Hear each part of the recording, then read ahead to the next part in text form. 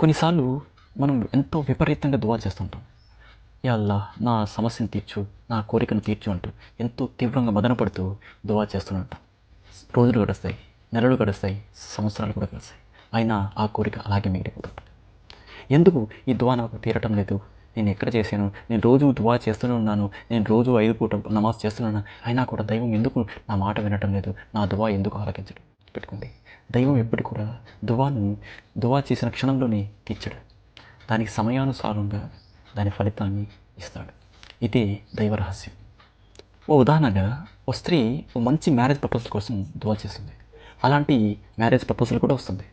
దగ్గరగా ఇక జరిగిపోతుందన్న క్షణంలో కొన్ని అనివార్య కార్యాల వల్ల అది చెడిపోతుంది, ఆగిపోతుంది. అప్పుడు ఆ క్షణంలో ఆ స్త్రీ పాపం కోరుకుంటుంది, ఎందుకు నాకే ఇంత మంచి సంబంధాన్ని చెడగొట్టావు అంటూ దైవం మీద లేనిపోని అభాండాలు వేస్తూ, ఎంతో తీవ్ర ఆవేదన చేస్తూ, ఎంతో కోపంగా దైవాన్ని విస్మరిస్తుంది.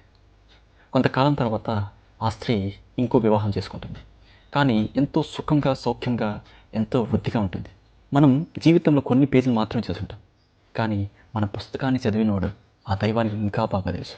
నీకు ఎవరు సరిపోతారో, ఏ కాలంలో ఇస్తే సరిపోతుందో, ఎప్పుడు ఇస్తే నువ్వు సంతృప్తి చెందుతావో పూర్తి జ్ఞానం ఆ దైవానికే ఉంది. అప్పటి వరకు మనం సహనంగా సబర్ పొంది ఉండాలి. అన్ని కార్యాలు కూడా చక్కగా సమయానుకూలంగా జరిగిపోతాయి. దైవ నిర్ణయాలు ఆలస్యం అవ్వచ్చు, కానీ తప్పు అయితే ఉండదు, ఎప్పటికీ ఉండనే ఉండదు. అస్సలాము అలైకుం వరహ్మతుల్లాహి వబరకాతుహు.